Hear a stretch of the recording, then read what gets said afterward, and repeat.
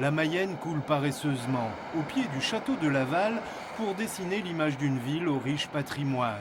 Et pourtant, à une encablure de là, le campus universitaire accueille une véritable porte vers le futur.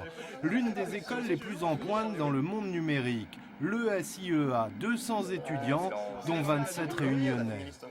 Notre établissement, grande école d'ingénieurs, avec un diplôme qui est habilité par la commission des titres, une émanation d'un établissement parisien, donc qui se nomme l'ESIEA, qui est né en 1948 sur la ville de Paris, et qui, depuis 1995, a éprouvé le besoin de grandir et d'essaimer, et donc d'ouvrir cet établissement ici en province, à 1h40 TGV de Paris.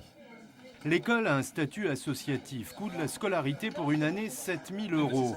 Les jeunes réunionnais qui sont ici travaillent d'arrache-pied pour devenir les inventeurs de la maison de demain, des jeux vidéo de demain ou les maîtres des conflits du futur. Le monde numérique est l'avenir et pour y rentrer, ces jeunes, souvent d'origine modeste, bénéficient heureusement du système d'aide mis en place à La Réunion. Si c'est une école publique ou privée, c'est vrai que ça peut poser problème.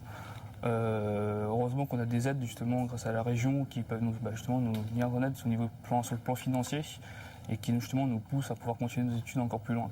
Donc c'est un gros avantage qu'on peut avoir à Réunion par rapport à d'autres personnes qui ne peuvent pas avoir ces aides. Je veux devenir ingénieur. Du coup, j'ai commencé l'école dès la terminale. Du coup, j'ai commencé en première année. Là, je me suis spécialisée en électronique pour faire après soit la réalité virtuelle, soit du système embarqué. Benjamin est de Saint-Denis et il est en 4e année. Avec son groupe de travail, il a inventé un système embarqué que Microsoft a sélectionné pour le concours national. Ce projet, c'est un simulateur de réalité virtuelle, un simulateur pour simuler n'importe quel environnement virtuel de notre choix. Donc nous, ce qui nous importe, c'est la structure en métal qui est dessous. Donc ici, on peut voir deux cadres métalliques, un qui sert de pied, un qui sert de support pour l'utilisateur, qui est relié, qui est actionné par deux moteurs, donc qui permet d'avoir une rotation sur la gauche et sur la droite, d'avant en arrière, de manière à pouvoir simuler quasiment presque toutes les interactions qu'on veut, les interactions basiques avec un monde virtuel.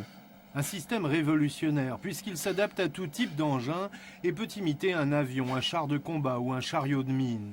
La Réunion est une île de pionniers et de découvreurs aventuriers. Ces ingénieurs élèves réunionnais s'attaquent à un monde qu'ils créent et explorent, le monde numérique comme une nouvelle frontière.